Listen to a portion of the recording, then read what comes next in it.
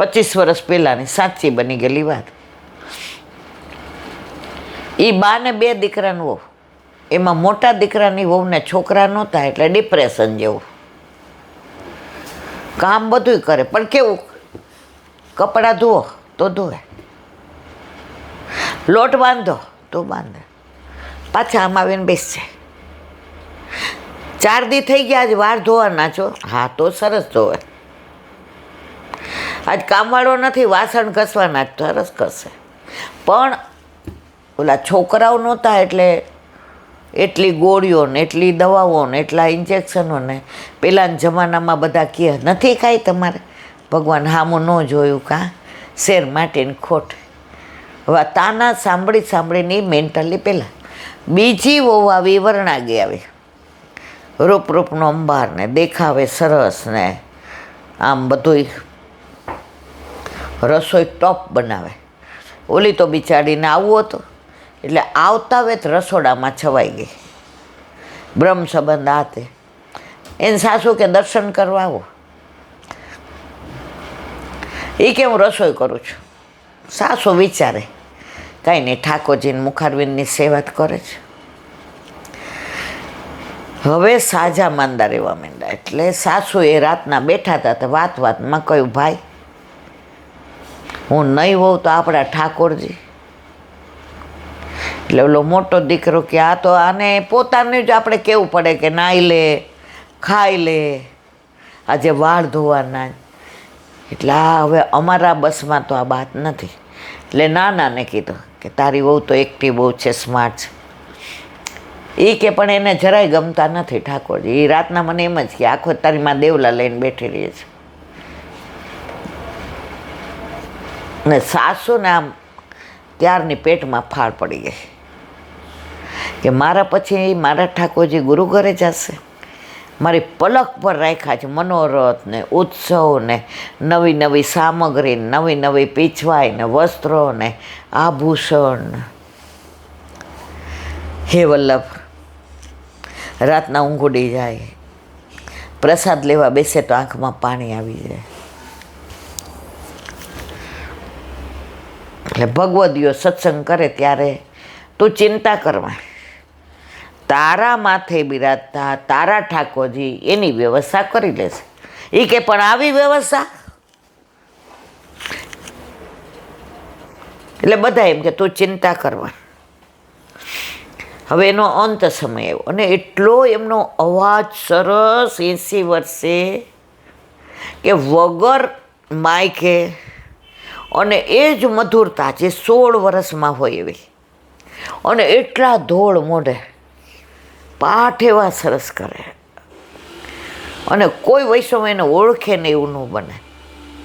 ગાવાનું નામ પડે એટલે એને યાદ કરે કે એના જેવું હજી કરે છે બધા. હવે ડૉક્ટરે કીધું કે બસ હવે ભગવત નામ લ્યો ને. આ 11 હતી, બધાએ જોયું કે હવે કાંઈ આ એનો જીવ ન જાય. આંખમાંથી આંસુની ધારા જાય, યમુના જળ દે પણ આમ ગળે માંડ ઉતરે. મોટો દીકરો કે આ જો વહુને બોલાવે, એ કે બાને કહે તો એ બિચારી મોટી હાથ ફેરવે.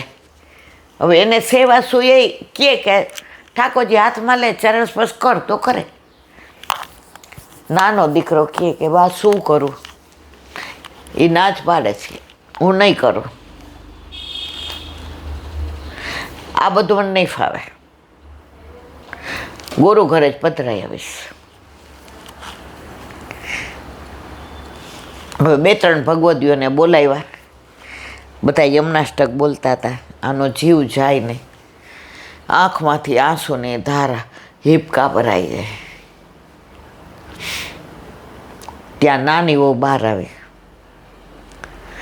જે વરણાગી હતી, જેણે કીધું હું આ દેવલામાં માનતી નથી, મને તમારો પુષ્ટિ માર્ગ આખો દી હાથ જ દોડાવ કરે, અડતા નહીં ને આઘા રહેજો ને, આમ ન કરતા ને, તમે 2 હાથ જોડી દીધા એટલે આમ થયું ને, તમારે કેમ પલંગ ઉપર બેઠા ને પછી તમે રસોડામાં કેમ આને અડી, આખો દી આજ જિંદગી. બા જાય એટલે હું ઠાકોરજી ગુરુ ઘરે પધરાવી દઈશ, હું નહીં રાખું.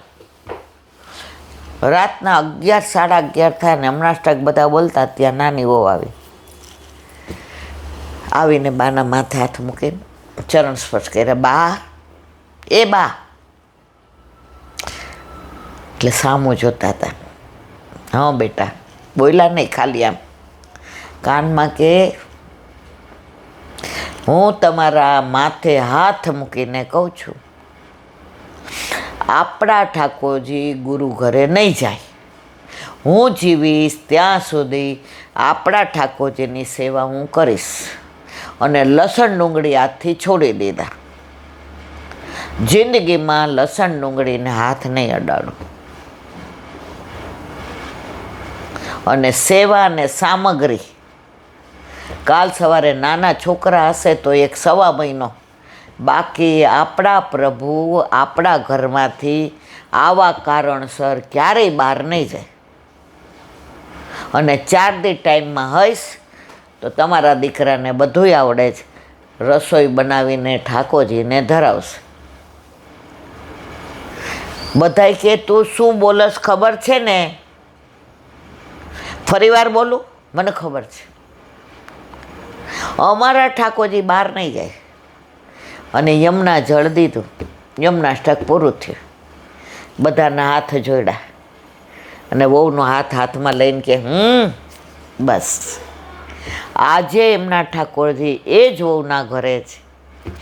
8 યામની સેવા, વૈષ્ણવોને બોલાવવાના, મનોરથ કરવાના, ઉત્સવ કરવાના, પાટોત્સવ કરવાના. એનો દીકરોય પરણી ગયો અને એનો દીકરોય પરણાવા જેવડો છે. અને ઠાકોરજી પ્રસન્નતાથી બિરાજે છે. એણે એના દીકરાને કહ્યું કે મેં કર્યું હતું એવું તું મારી આવી. એ કે મમ્મી ચિંતા કરમાં. ત્યાં એનો પૌત્ર બોલ્યો, બા ચિંતા કરોમાં હું છું. દીકરો કે બસ, પણ હજી તારે વાર છે, તું રે અહીંયા. હજી અમારે ઠાકોરજીને તારી આ લાડ લડાવાય. મારે કહેવાનો આશય એ છે, પ્રભુ એની વ્યવસ્થા કરી જ લે છે. એટલે આપણે બાના કાઢીએ છીએ, પાછળ કોણ એ ખોટું. આ બધી સત્ય હકીકત છે. બોલો વલ્લભાધીશ. વ્રજ વિહાર. વ્રજ એટલે વ્રજ. પરમ દિવસે આપણે પેલી વનરાયમાં સત્સંગ કરવા ગયા. વ્રજને યાદ કરતા હતા. વરસાદે આવ્યો, વાતાવરણ થઈ ગયું વન ઉપવનનું. મોર આવી ગયો કળા કરવા,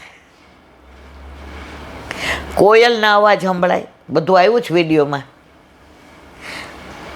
વરસાદમાં વાંદરા આવ્યા હોપ હોપ કરતા. અને આપણે ત્યાં બધો પ્રસાદ ભેગો લઈ ગયા હતા ધરાવીને. તો આપણી હારે વાંદરાઓએ લીધો. ઓલા મોરને સિંગદાણા અંદરથી નીકળ્યા તો એ દીધા તો એ લીધા. ઓલા પોપટ કેવા હતા, ઉડી ઉડીને આવી જાય, ઉડી ઉડીને આવી જાય. અમદાવાદમાં વ્રજ આવી ગયો હતો. ઠાકોરજી કહે બસ તું ખાલી સ્વપ્ન હશે, તારા સ્વપ્ન પૂરા કરવાની જવાબદારી પણ અલૌકિક. લૌકિકમાં તો તું હખણી રહે એવી જ નથી. મેં એક વાંચ્યું હતું, સ્વપ્ન બધાય જોતા હોય છે. સ્વપ્ન બધાય જોતા હોય છે. જેણે પૂરા કરવા છે એ જાગી જાય છે ઊંઘમાંથી. જેણે પૂરા કરવા છે એ ઊંઘમાંથી જાગી જઈને દોડવા માંડે છે.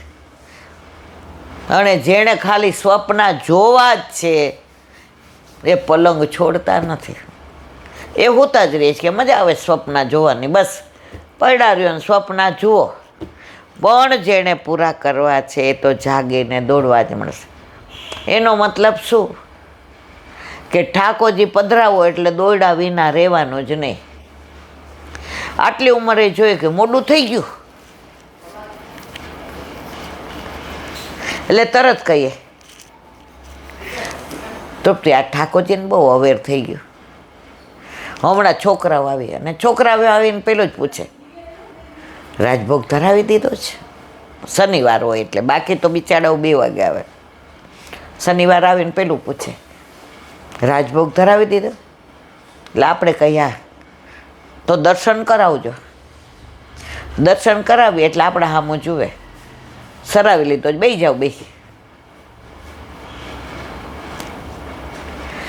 ઘરમાં ઠાકોરજી હોય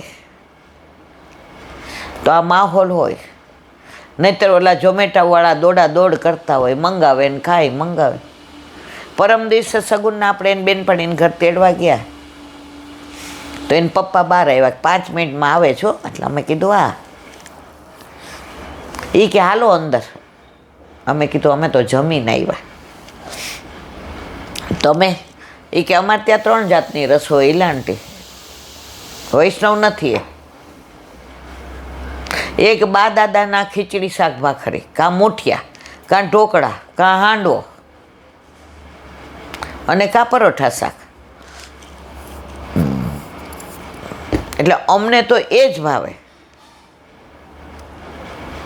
પણ અમારા છોકરાઓ તો ઓલા મોબાઈલની અંદરથી ને ઝોમેટો નથી ભાવતો, પીઝા બર્ગર ને ઓલું દિલ્હી ચાટ ને. હવે એ આવે ને એ ખાઈને વધે એટલે અમે હારો દેખાઈએ. એટલે અમારા ઘરે આંટી 3 જાતની રસોઈ.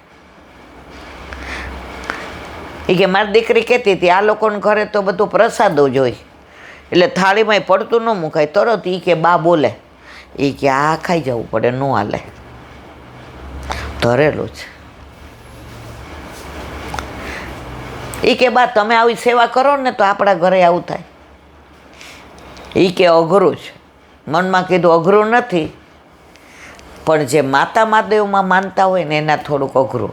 અમને તો આજ સહેલું લાગે, જે બનાવો એ ધરાવો, સરાવો અને લ્યો. આમાં ક્યાં અઘરું છે મારા વાલા.